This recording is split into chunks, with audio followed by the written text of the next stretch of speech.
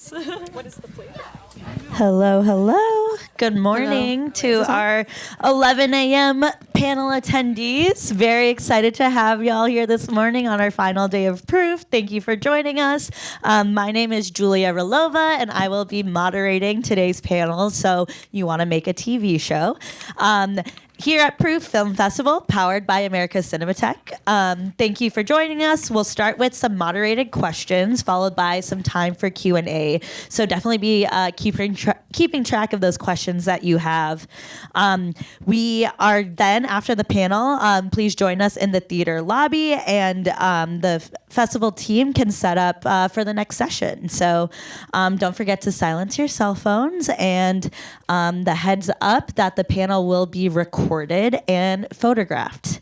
So yeah, and now to introduce our panelists. So I'm very excited to have this powerhouse team of amazing independent producers here in television. So I'll start off with Shelby White, who is here to introduce herself. Hello. Wait, can you guys hear? Okay, cool. I was like, I can't hear myself. All right. Hi, guys. Thank you guys for coming. My name is Shelby. I am an independent producer and story consultant. I've been in the film and TV industry for, I guess, nearly a decade at this point. I did the film school thing at USC, and then from there, started the WME mailroom. And then from there, I worked at Fifth Season, an independent TV studio, best known for doing like Severance and Nine Perfect Strangers and a few others. I was there for about going on 7 years.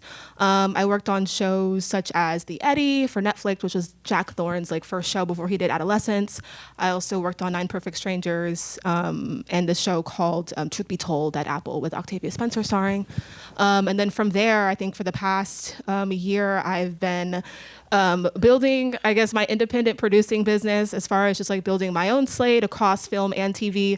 My background is mainly in TV, but I am like sort of also just trying to figure out grow the film side of producing, and yeah, just building my own slate of projects. And yeah, I'm excited to get to talk to everybody and get to know everybody here. And that production company is called Peculiar Pictures? Yes. We're like a year old, so please don't like look for credits. We're still going, but no. Yeah.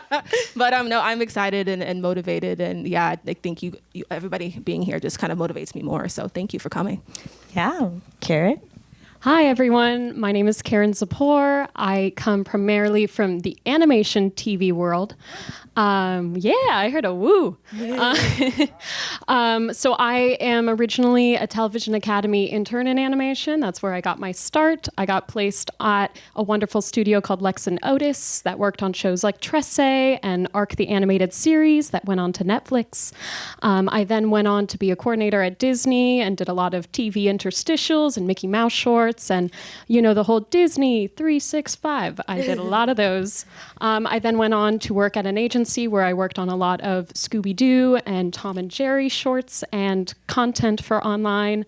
And at the same time, I am also the founder of Zipped Up Films, my production studio. I independently produce Brittany Broski's Royal Court online. We love interview talk shows with lots of celebrities like Josh Gad and Saoirse Ronan and Nicholas Hoult. And yeah, we're still making a lot of animated and live action content because that's what you have to do to survive this industry, still make stuff. We'll dive into that more in a little bit. And then Anch. Hey everyone, my name is Anch Kaneja. I am also an independent producer, both on the film and TV side. For the last decade, I've been running filmmaker-driven production companies, most recently Amy Aniobi's. We had a deal with HBO. Before that, I was with Alma Harrell and worked on Lady in the Lake, which was at Fifth Season.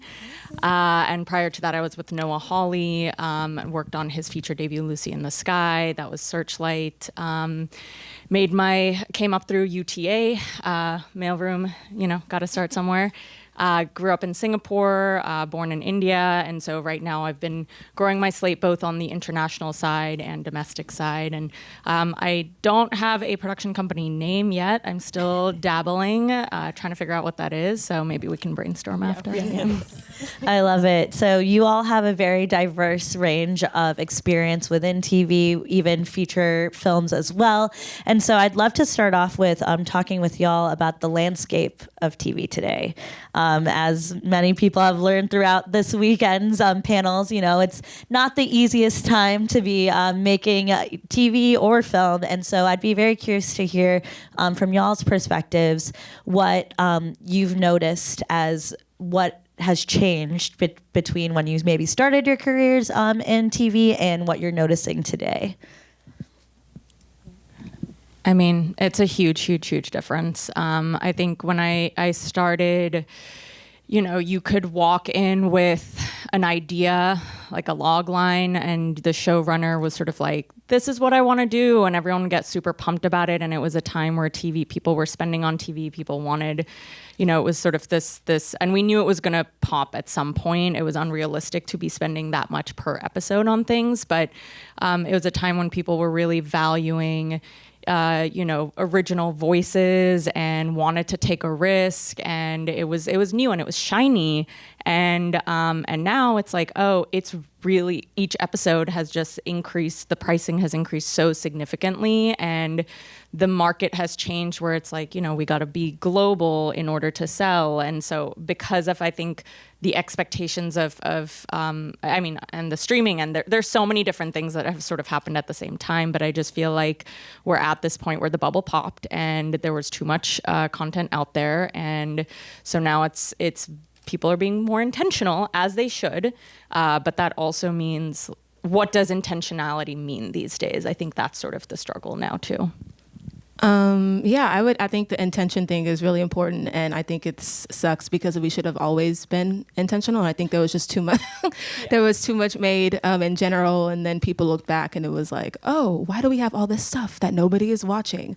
And it was crazy. I remember this particularly during the pandemic, and like the book options like went up. People were optioning things, and then like we're shooting things in 2022, and then you realize, oh wait, people actually want to be outside now post-pandemic. They don't want to sit here and watch all these shows that people were just bored at the house trying to develop until we got outside. So the bubble definitely popped, and I think intention has unfortunately turned into like the epitome of risk averse. I think before it was like, oh, safe bets, who has experience. Now it's unfortunately things. A first time creator, a first time writer, that bar is like ridiculous. And then even if you have staffed a couple times, like I have, writer friends who have like tried to go out and like sell their stuff. Maybe they staff 2 or 3 times or so lower level, but with like a little experience, they still need this massive showrunner attached to even like get in the door. Like things have to be like 100% clear.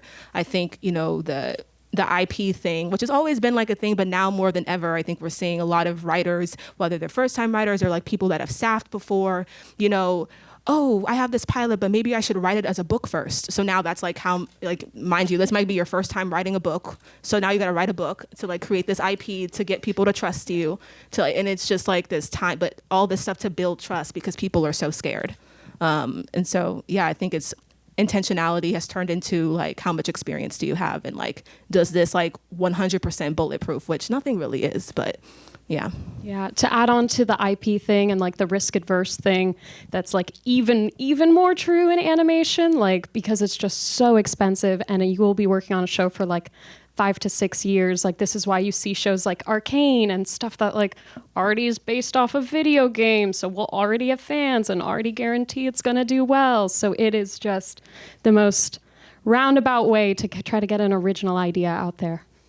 Yeah, so I'm hearing a lot here. Intention and IP are the two that really come to the forefront. So I want to start with the word intention. And so in working with intention, what does that mean to y'all? What, as producers, if someone came to you with a project, what would be a green flag for you of like what their intention was, and what would be like proof to you that they have the intention of bringing this all the way?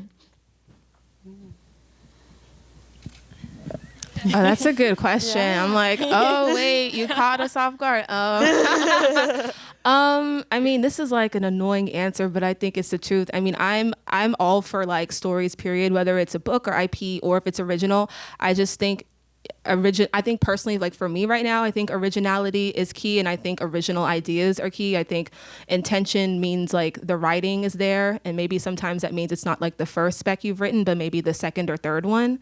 And just making sure that like the writing, that you have an understanding of the story you're trying to tell, you have season 1 mapped out. You know, I think another, if we're talking about like intention or like what we're seeing right now, back to your original, your first question, a lot of, you know, friends that are writers are directing their own stuff now because they just want to get it made and they just want to do their own thing, even if it's like shorter form and it's like a web series and they're putting it out on the internet. Like they don't have time to wait around. They just like want to make it themselves. So I think just having an understanding of what your vision is and also being producerial minded. I think writers, directors that like are thinking like producers, and I know that's nuts because you're like, I want a producer, but I think you have to think that like what is sustainable, what makes sense. Are you a first-time writer trying to do this Game of Thrones $10, $11, $12 million an episode show? I don't know if that should be your first show. Like maybe it's the one that's like a $5-6 million show, and it's something like The Pit, which is like, you know, a sustainable show, but that was like $6 million an episode and like easy to make, you know, really good writing, all of those things. So being producerial minded, I think, is intention, because it's understanding like what are you capable of doing, whether it's like by yourself if you're trying to shoot something on your own, or if it's something you're trying to like get to a producer. Your first show, I don't know if that should be Game of Thrones. Like maybe it should just be like, you know, a family drama, or like something, it could be original, doesn't have to fall into like a bucket, but something that you feel like a producer and a network will trust you with as a first time artist or first time creator. I 100% agree. I think something, especially in animation, as well as just also already having a built-on a fan base online. Let's say you have character designs already, you have an animatic already online that of the pilot that has a lot of traction and people excited about your characters and your worlds.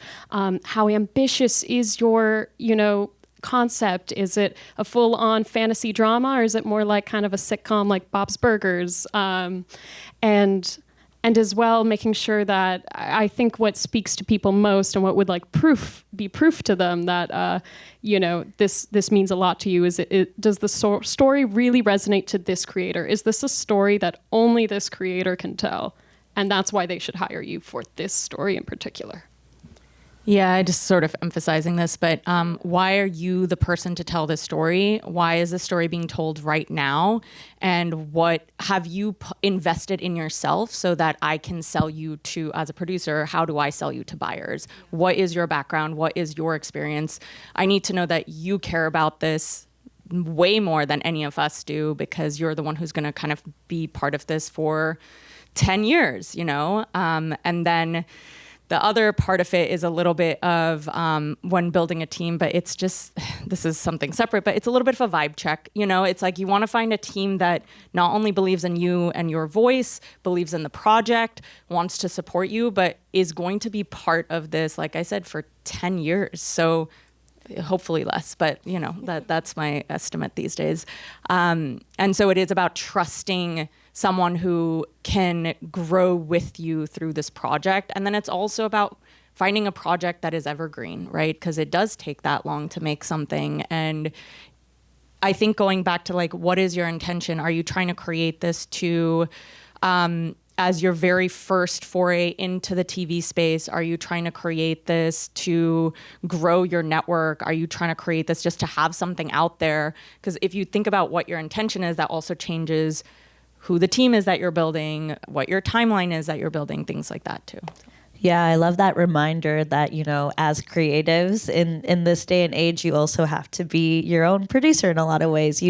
I feel like that, especially like in the indie space and like in the space where most things might have to be indie, it's important to remember that, you know, you're guiding the ship on a project, and that and your team will be as passionate as you are about it to get it done. So I love that reminder as well. And so I would love to talk about IP and the idea of also how to use that in navigating buyers and what it means to maybe not write your book, but maybe using a proof of concept as an IP. And I know, Karen, you talked about like having a fan base, and maybe how do you utilize a proof of concept, whether that's a web series, a pilot, to kind of navigate buyers and tell and get folks to realize that this is something other people will back to. I'll start, I guess, then. Yeah. I immediately, like, what came to mind is, like, in animation, more than ever, you need to prove you already have a fan base. You already have people who will care about these characters. Has Been Hotel's a good, like, example that, like, started online and slowly and purely volunteer work of, like, every single person who worked on that show. And now it's, like, moving on to HBO, you know, things like that. So it's really making sure that you are standing out in your exact story and your exact terms. You want to make sure that the IP is like, we're the only ones who can make this. Now give us the rest of the, you know, money to make this a full-length series. I 100% agree. I think another really good example, and as you guys might have come across this online, but the web series The Comic Shop by Cheyenne, you know, she raised, it's quite random actually. I met her at like a mutual friend's birthday party back in June. She's like, yeah, I have this web series. And like now she like got signed, I think about a week or two ago, but like she raised, I think about $200,000, somewhere around there to shoot. I think it was an hour worth of, or yeah, maybe like, actually maybe a little more than an hour. I think each episode was around like 14 to 15 minutes, shot it in one location, again, thinking about like what's producible. So like she had this idea around like, you know, Black people and being comic nerds. I think somebody told her that like, oh yeah, Black people and like geek fandom, like comic fandom, that's not a thing. They don't like, that's not really like, those things don't mesh well. And she was like, well, I'm going to show you that it does. And she went out and she did it herself. I think that was her first, I think she might have done other shorts before, but like she's never like been employed. Like I don't think she's like ever staffed. So she just like went out and did it. She's also like on her Quinta Brunson time and started it herself. So like she had bigger intentions. I believe she did grant to her, and to your point, like had a bit of a following. I think she had like somewhere around like 20 something K followers on Instagram. I'm not sure what she was doing before to have that like group fan base, but like she leveraged that to like just crowdfund and like raise money to shoot her own thing. And then all the press she got was just like organic, and she was just posting, blasting, and got a lot of traction across like film Twitter. Do not underestimate film Twitter. I know it can be a little toxic, but like just use it. But she got that traction, was getting press, and you know, who knows if that'll be a series at a network one day, but she did get signed. And that was her going after it herself. So there is, you know, there's validity to that, but I'm also simultaneously like one to not like prioritize virality. Like I think you should go out, if you believe in something, crowdfund and raise it and put it out there. And if it's not getting hundreds of thousands of views, like it's still valid. So I think it's important just to put the effort in regardless of how many followers you have across social media. So that's another thing too. I think the audience thing is important, but like I don't want you to stop because you only have 500 followers on Instagram and you're a normal person. Like it's okay. Yeah. It is interesting that we've sort of circled back to the web series thing because, you know, between Broad City and obviously with Issa's Awkward Black Girl, like that's where they started too. And then that sort of went away for a few years. And so it is just going back to a model we've already seen, and it's just a new format of it. So it's existed in the past. IP has always been there. It's always been important. And it's always about growing your brand and your voice. Like that really is, at the end of the day, the most important thing as a creator. But outside of that, just to talk about other IP, like you were saying, I think building your own IP is really important. There is such a shift in, you know, the built-in IP is sort of because you have a fan base. So if you're sitting there trying to build your fan base, and that's really important for you as a creator and your originality, it is also helpful to look at what IP does already exist out there and why you're the person to bring your voice to that. So between video games, between graphic novels, between animation, there's so many books in like public domain. Finding something that exists can also be really helpful, and in addition to developing and continuing to brand yourself and develop your own original voice, because that's how you're going to sell yourself for that. But we are in a space where, you know, a lot of buyers and a lot of companies, like between the Wattpads and all like Riot Games and, you know, Miramax. Yeah, I talked to Miramax recently. Like everyone is going back to their own IP. They're taking that back out. So it's like, go watch an old TV show or film and be like, oh, I have a new spin on this. Why am I the perfect person to tell this story? Oh, my web series actually was it's very similar to this idea. How can I take one of my characters and put it in this, pre-existing IP? So that's just another way to use IP as well. Yeah, I love that reframing and repositioning that too. And I always talk to my friends about, don't forget that public domain. There's a lot in there that we can really utilize and tap into. I mean, Emerald Fennell, what's her movie? She's doing it on Emerald Fennell, Wuthering Heights. Wuthering Heights, and that's coming out I think next year. So yeah. In quotes, Wuthering Heights. Exactly. And then to kind of wrap up the landscape discussion, a lot of you have worked with some bigger studios, some bigger production companies, and there does seem to be kind of a shift to more independent production and independent television. Could you guys maybe speak to that and why you think that is currently happening and how to leverage that as, independent filmmakers? I can start off and let you guys go. I mean, I had mentioned this to them last night, but yeah, I think there is definitely a shift towards independent television right now. And I think it is a good thing, but simultaneously, I think for like a first time creator, that also can be equally as difficult because you're going out to raise what it is probably like at minimum like $60 million to shoot that's basically like raising money for like a mid-budget feature. And that's not, 100% like the most feasible thing to do as a first time, creator, but it is definitely happening. I think, for example, like the Duplass brothers, they just went off and independently financed a TV show. I don't remember if they're like created themselves or maybe they're just producing it, but I think they're working with like an Amplify Pictures, which is an independent studio or production company. But you see artists as big as them doing it because even they are having a hard time dealing with the Netflixes and the Apples of the world. Because one, just the bar is high and maybe they're looking to do like hyper specific things, and risk is already like hard for like a first time artist. It's also hard for like a Duplass brothers or anything like that. Like even these like established artists are struggling to even get their own stuff made or bought, or trying to write what their studio partner, if they have like a deal somewhere, because they want to like keep their deal so they can like frankly like keep their like employees at their company that have these like deals, right?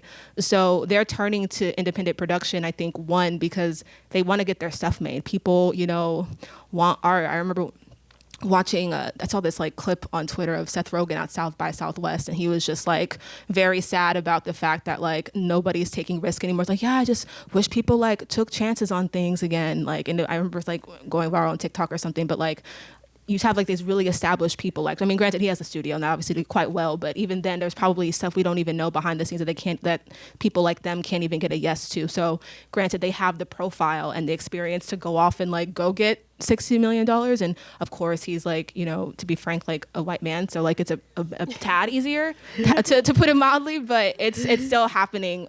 It's even for established artists, it's become tough because one, less is being made just from like a logistical perspective, but also like risky things even from established people, they're like getting no. It doesn't matter how many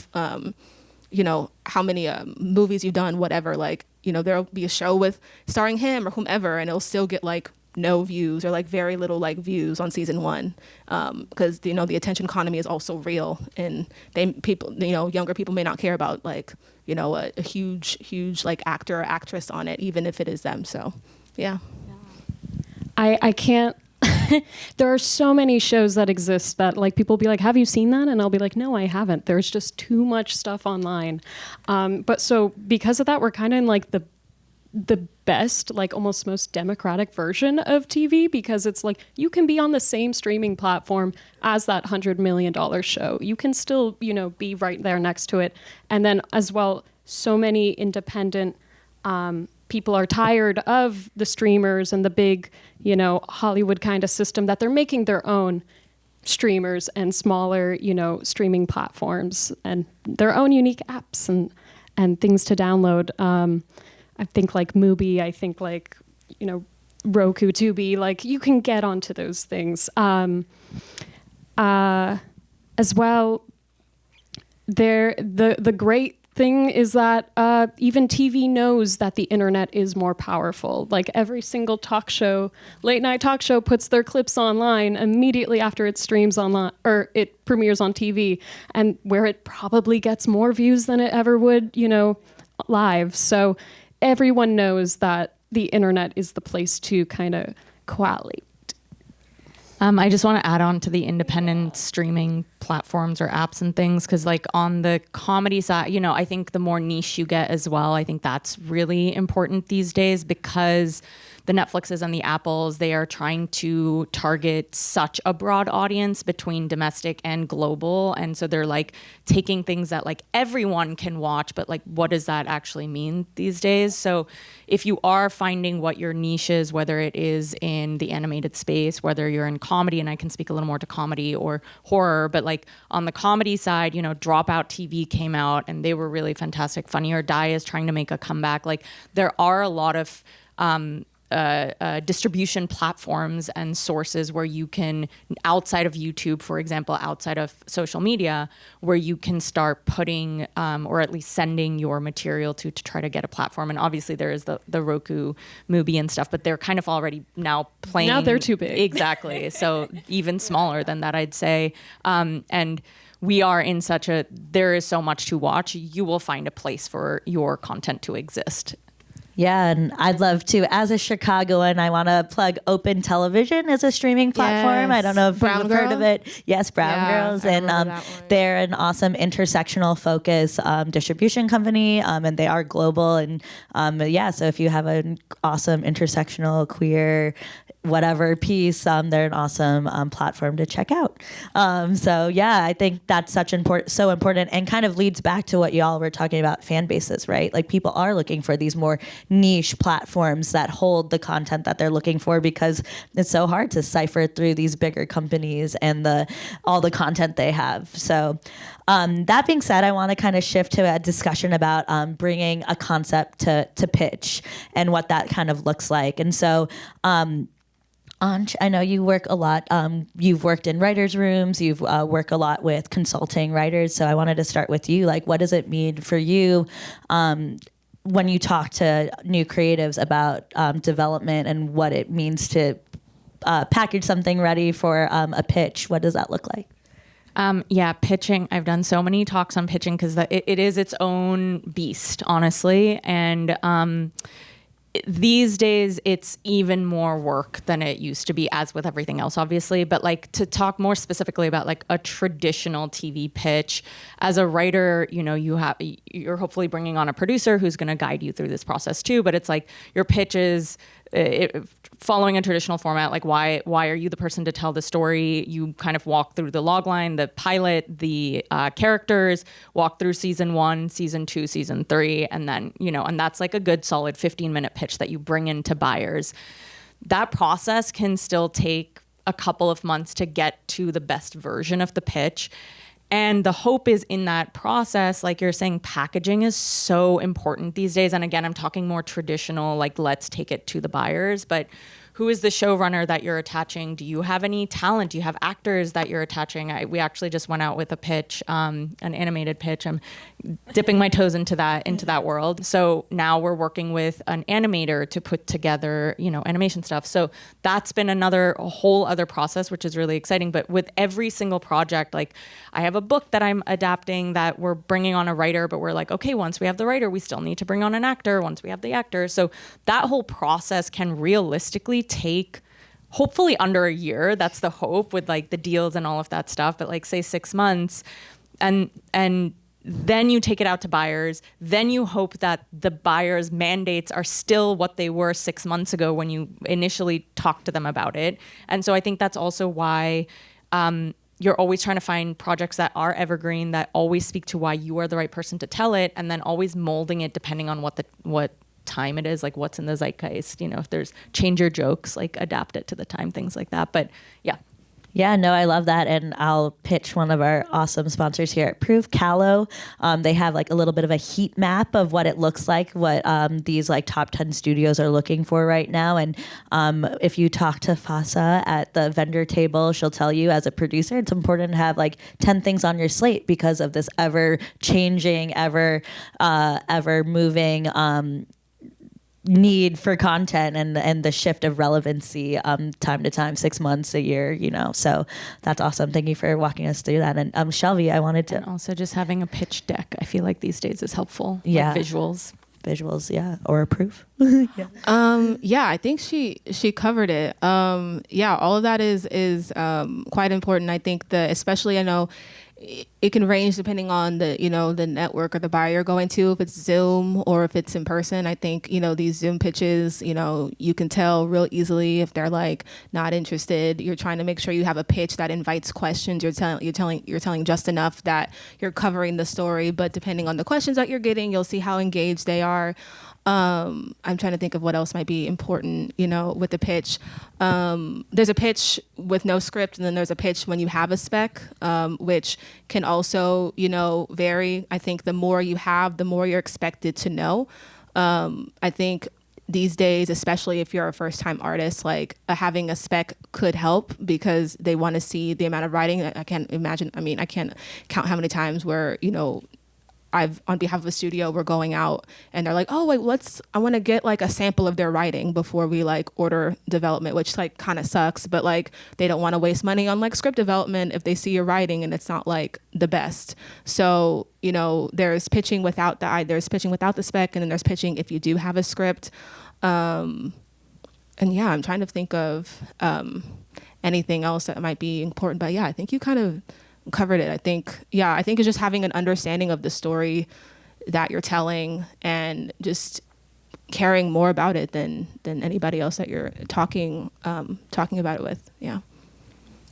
I just want to add also, I just feel like, it's one thing for emerging writers or writers even with some credits to be doing this, but like really established showrunners have to be doing this now too. And I think there's been a really interesting shift where some showrunners who have sold massive shows that have like 10 seasons have to pitch in a way that they never had to before. And so it is just like, this is the norm. So learn, and it's such a different skill set, right? I think as writers, you're like, I want to sit in my room and write, hopefully. I mean, maybe not everyone, but you have to perform, you have to show up, you have to do your deck, you have to have a conversation with someone. Like it's a completely different skill set. So it is also, like we were talking about earlier, you're a producer for your own thing. Like you have to start developing all of these different skills outside of just like writing that one script and selling it.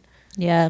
They also, really, really good point about established like writers, because they're having to write stuff on spec, meaning like write things for free. And they're like, what do you mean writing things for free? But it's the truth. So, don't feel, bad. So just, write the thing and then just be able to, how to like pitch it. And also just I think clarity is also really, really important. I can't count how many times artists are like pitching their story. And mind you, like we're talking about like different plots. It can be a comedy, it could be an hour long, it could be, let's say for reason, it's like genre, like the mythology, like having understanding of your world is so important if you're trying to pitch some like massive show. I know I was just saying earlier, like don't go make Game of Thrones as your first show, but like if it has genre elements, if there's like mythology and it's sustainable, like if you're, for example, like have like a sort of a sustainable version of like a Sinners, like have an understanding of like the mythology behind a Sinners type idea before you go in pitch. That's really important. So that could also maybe add another 5 minutes. But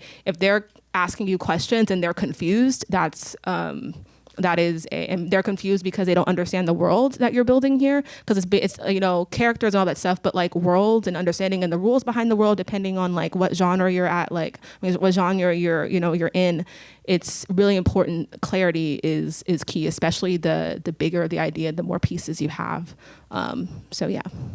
Yeah, and I want to point out the idea that we're all on the same playing field right now, and that's almost a positive thing for emerging creatives, especially like remembering that we're all working on the same skill sets right now too.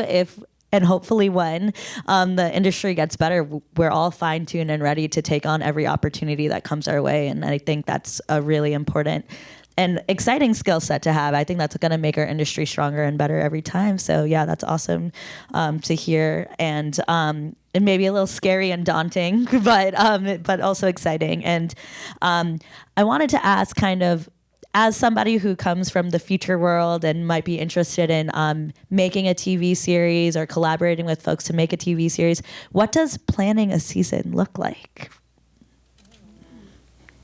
Oh, that's what does planning a season look like? I think a TV specifically, it's understanding your characters. So like having that, like who are the show, like what are the set of characters that are being followed here, and like having their development and their arcs down. I think once you have, there's people talk about, oh, this is like an idea that's like plot driven, and then there's something that's like character driven, and sometimes you have like ideas that are like characters and it moves very, very slow and there's no plot, but you're so caught up in like what the characters are going through, and you've been, you've bought into like being invested to care what's happening to them. So I think understanding the characters and their arc and what they're going through is key. And if you have that down, that's like 80% of the job. And then like 20% is like, okay, like you can insert plot here, plot there. If you have the characters of what they're going through and how they're growing, growth is also really, really key. If they're different from where are they at the first episode, where are they at by episode 10 or 15 or how many episodes it is, and then how is that, then we can also imagine what season 2 is. If we're by the end and we don't have an idea of what season 2 looks like for them, if we're not imagining it, then it's not clear in season 1. So I think just having your characters and their arcs mapped out. If the supporting characters, how do they tie into the lead? What are their own arcs? And then do they have potential to grow into season 2 and to become a series regular? So I think starting with them, starting with how many ever characters you have, and making sure their arcs and their growth is clear, and then the plot is around that. And that should apply, I think, to any sort of like genre. Yeah, I'll just add, I think, I do think it's sometimes a little different in the genre, only in that, if you're doing like a procedural, a sitcom, things like that, like a lot of the time in TV, it's sort of like, what is that repeatability factor? And so I think as you're planning a feature, you would look at the same kind of general format of a season. You're like, where do we, the arc, right? Where do we start? Where's the middle? Where do we want them to end? How does it continue beyond in season 2 with the plot? But character is the first focus. But episodically, you're like, okay, you look at Insecure, but it's like every episode, she has a moment where she's like, oh, I'm not good enough. Then she has a moment where she's like, oh, wait, the worst, like your, act 2 moment, everything fails. And then she like gets motivated and she comes back out at the end. So every episode sort of follows that same arc. And so that's sort of what your episodic break is going to be. But outside of that, you can't do that until you know your characters. So I think Shelby, like focusing on your characters more so than in features. I mean, you should always be focusing on characters, but Agreed. Because I think TV, you're going to see them for so long, you're going to live with them for so long, you better know like the ins and outs of like every single thing, like how are they going to react when you throw them into every single different situation in every episode. The one thing I'd add to the kind of like sitcom repeatability is like, how are you going to make sure people aren't tired of the formula too? Like, why is Phineas and Ferb still going on? It's the same thing, and we know what's going to happen every time, but they've got their formula, they know it works, and we know we like these characters enough that we'll watch it when it's revived, 5 years later after it already closed. So it's just getting characters that you want to root for 100% with your heart. Yeah. Love that. Awesome. And then, so as producers, what do you guys think is one thing you would give to a producer working with a TV creative, a writer, in supporting the writer and their goals and endeavors? Well, I think once, like for me, and I think all of us, like once you start working with a writer, you're a team, and I'm working with you because I believe in your voice. I believe in the project. I want to be a supporter of this project through and through. And so a support system in every way possible, and knowing that the notes are coming from a good place and that I am on your side and that I will go to bat. I don't want to talk for everyone else. That's why I'm using I, but like, I will put the project first and put you first as much as I possibly can. So if I'm pushing back, there is a reason for it. And the hope is that you build that trust with, writer or producer, so that when you get to all of the different stages, because there are so many, you already have that built-in trust to keep going. Yeah, I would say just like along that lines, like you are kind of like the seller of it. You are the person who gets to tell other people why the show is so amazing, and you want to make sure you really believe in that product as well. That'll make your own job really easy if you just have that kind of relationship and that kind of, you are the number one fan for this project, essentially. I don't know if I have anything else outside of what you guys said. I think we can bring it back to the being producerial minded and just the sustainability and like what are you making, and being able to not only why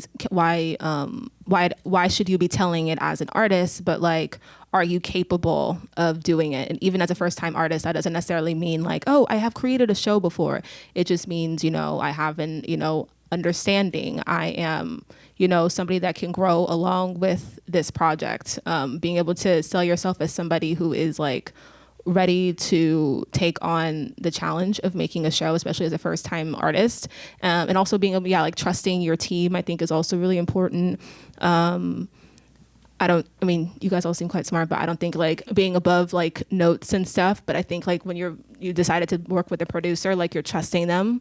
It's not really like a ton of pushback. Not that like producers are dictators, but like just understanding like you have the most understanding of your show, but sometimes you're so deep in it, you're like, there are like blind spots even because like you're so caught up, and maybe somebody who is a little more detached, as somebody who's not in it writing can tell you something about, or like pitching it, like they can tell you something about your project that you're like learning. So you're learning, like as you're creating it, you're still learning the project as you go. Like it's a never ending learning process about your own show, even if you've created it yourself. So it's never ending learning, and just like trusting the people around you to help you learn.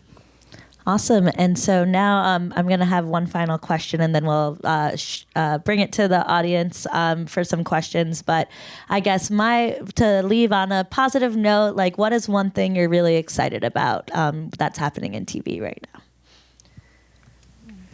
I think the the accessibility, and like you were saying, we're sort of all on equal playing field. Like there are so many ways to make your show. It is not the traditional format, and that is one version of it. But there's so many tools. The Duplass brothers. I always think about the Duplass brothers. Honestly, like they're they're on a pedestal for me. But they, take your phone, go out and film something, right? Like there is your version of this. Is it the best version? Like maybe not. But I think what makes me excited is that anyone here can like go and do it. So find your voice as a creator and like make the thing. I mean, make a web show, make a podcast, be like everyone else and make a podcast. That's how you get your voice out. That's how, it's free. You can do it today. It's more accessible than ever to make something and put it somewhere. And that's what I'm really excited about. You can get a fan base, you can get audience, in many, many different places.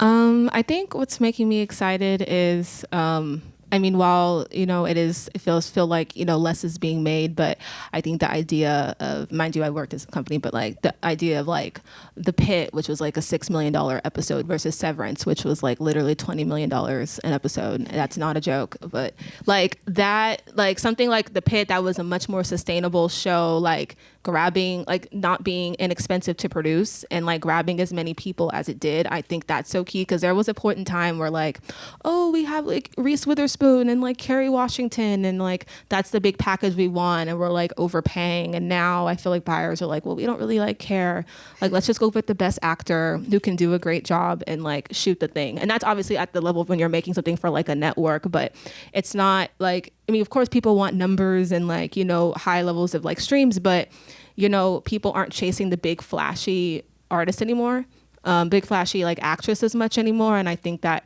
is a sign of things being more accessible at that level even. So, and don't get me wrong, like Nicole Kidman is still out here starring in like everything, but like it's still like, it's also, you know, maybe the very experienced TV actor who like doesn't have, maybe only has like 1 million followers who's leading a show, and that's like okay. And I think that's a sign of like, you know, things are at that level being a little more democratized, as you were saying.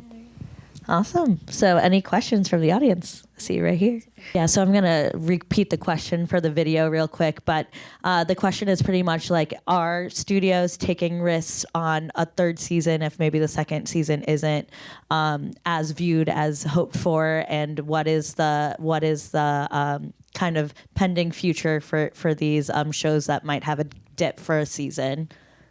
That's a really good question.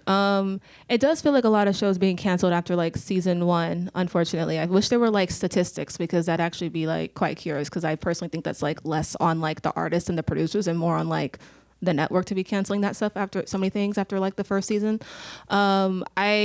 As far as things being like picked up by other like networks, it's possible. There's this show on Tubi called, I think, Damascus, I believe. I haven't watched it, but it used to be at AMC and now it's on Tubi. I have a Tubi subscription. Admittedly, I haven't like watched any of their shows yet, but I'm very curious about their platform, because they're one of the very few platforms that's actually still doing low budget stuff. Low budget, like, you know, stories across film and TV. So those things do happen. As far as like, unfortunately, I think we're still in a like testing things out as like, you know, mandates shift and like networks keep changing their mandates on a larger scale because of just these acquisitions that are just wild. So like things are like, we're watching things change in real time. So like a show that they were excited about when they bought it, by the end, they may have a new owner. And so now you're like, oh, well, does this even fit? And that's like crazy to think about, but it's the truth. But so I guess to answer your question, like it is happening often. I think it's just because these networks don't, like, as much as they have these mandates, they also don't know what they want right now, because things are still changing. So it's happening literally because like these networks are like still changing their stuff and their what their mandates are, what their overall brand is in real time. But it does happen. It's rare. And I think Tubi is an interesting example, as they are still new and growing. Yeah, I unfortunately don't have good news for you. I wish I did. They are definitely, from my experience at least, wanting to only bite size in 1 season increments. It's kind of gone as like they first want to see how season 1 does in numbers, and then they'll go on to season 2. And when you work in animation, you might have season 2 already 100% fully made. Netflix still won't buy season 2 until they see how season 1 does. So this is why especially animation's a very money sink kind of endeavor. I'll also just add season 3 will be more expensive than season 1 and 2 as well. Like the actors get paid more, the writers get paid more. So for them, they're like, if season 1 isn't an immediate hit, why are we investing in season 2 and 3? Yeah, I think the more recent example, there might be other shows too, but of a show that like did not do well in season 1, but found its like cult following, and now it's huge. But like Succession, I think that infamously, like season 1, even for me, I like gave up on it and then went back to season 2. So I was a part of the I was a part of the people that was not feeling it. I didn't watch it or caught a later wave, but like they were like, let's just go see season 2, and like that show got like passed on like everywhere. HBO was the only person that was like, okay, and now it's Succession. So like it does happen, and I think it's with like an actual still taste making buyer like HBO, but like that bar is like crazy.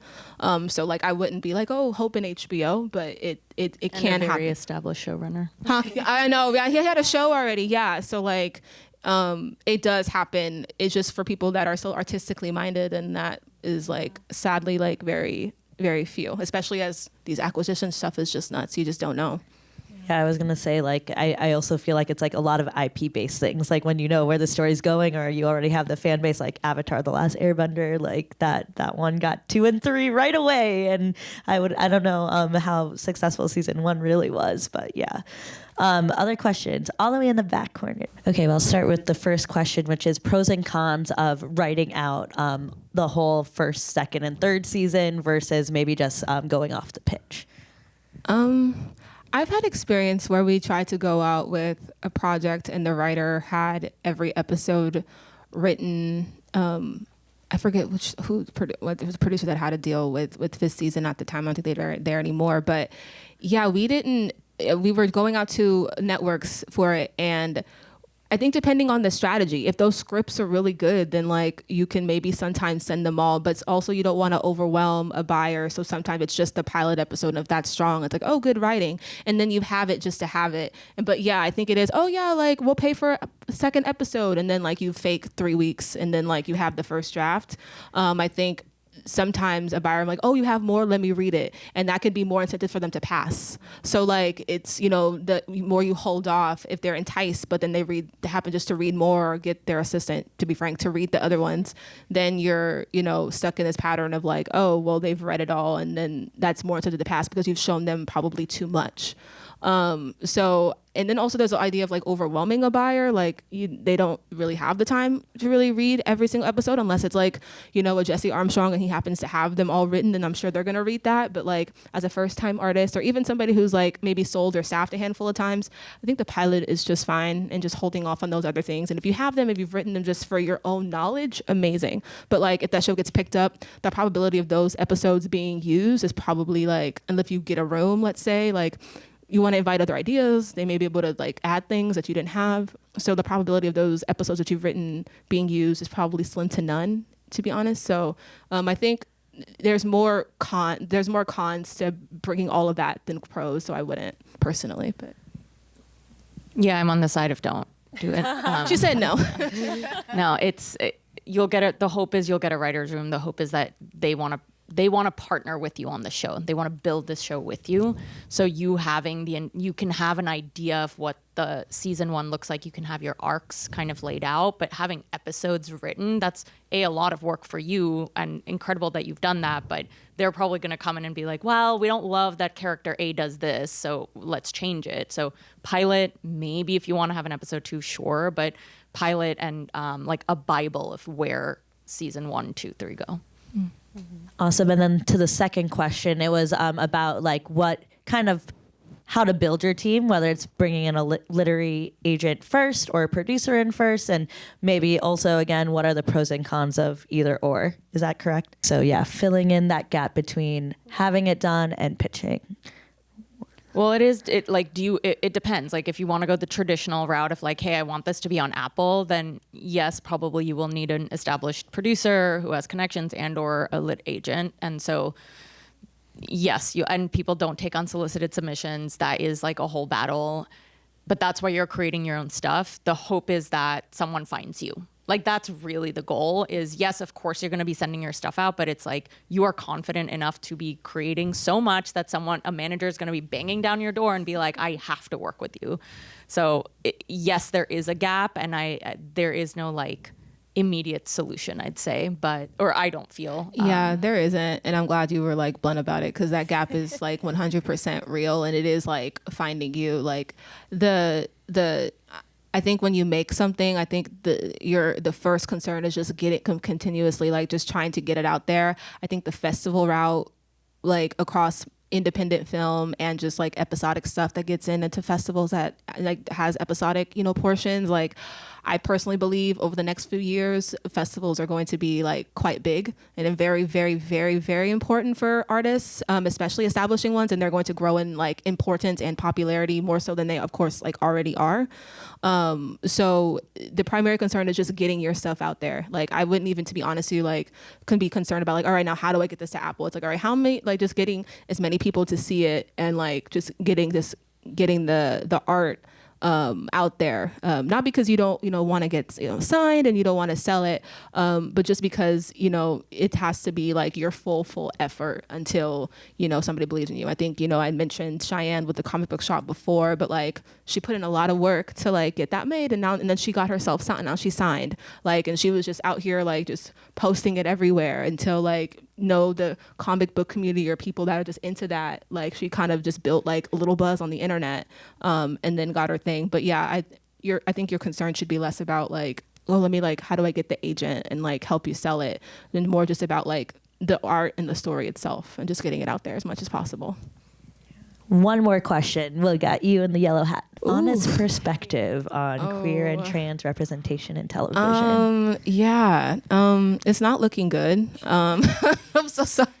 I think it's scary, actually, to be honest with you, just because literally 5 years ago, the Democratic Party was kneeling after George Floyd, and now we're here. And it's just how are we it wasn't it'd be different if it was a decade ago, but it was literally we all were there, and we remember how important, quote unquote diversity was. And now it seems to be gone. I think I think we all kind of see it. It's just buying into what is being sold. I think the certain conservatism and stuff right now is just popular.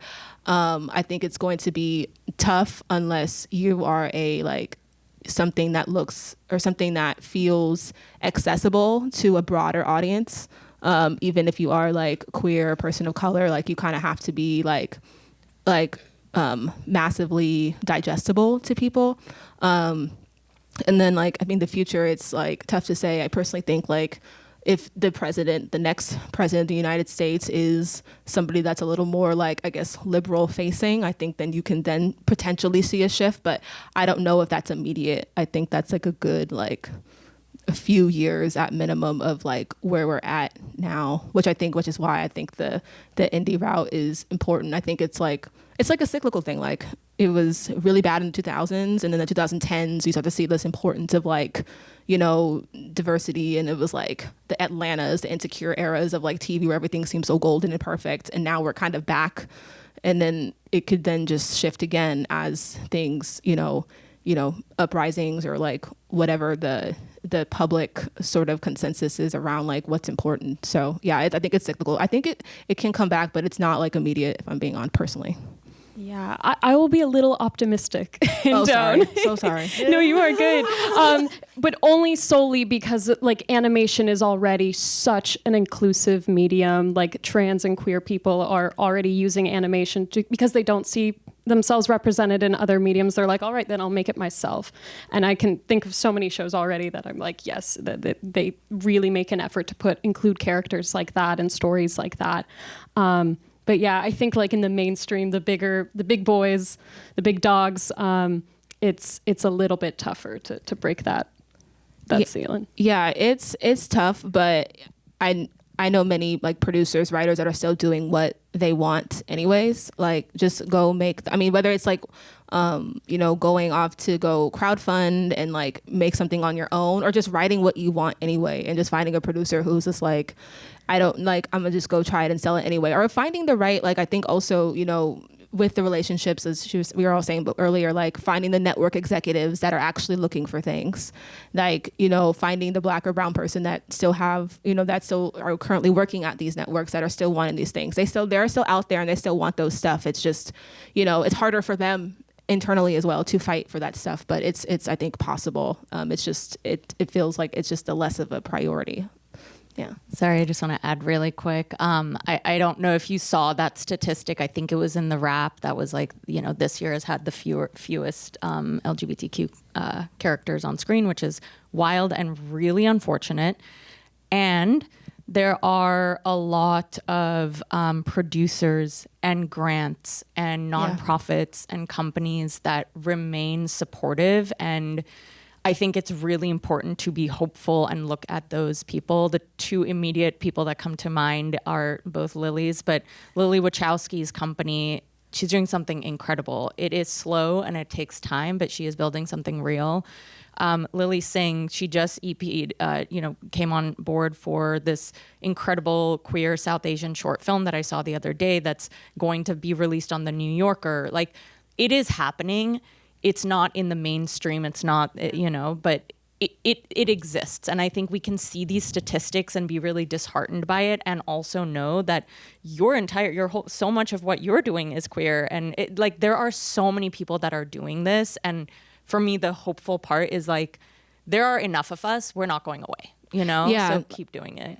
Yeah, I know it probably sounded crazy, but I mean, No, I was just like, I don't we like need both sides. No, yeah, but no, and I mean, so many people. I think I can probably speak for all of us. Like us, like I personally don't care. It's just like it's become more of an uphill battle than it was even like 5 years ago. But yeah, I think it's just that's why the independent space is more independent. And to be honest with you, like the future of like storytelling is probably is independent.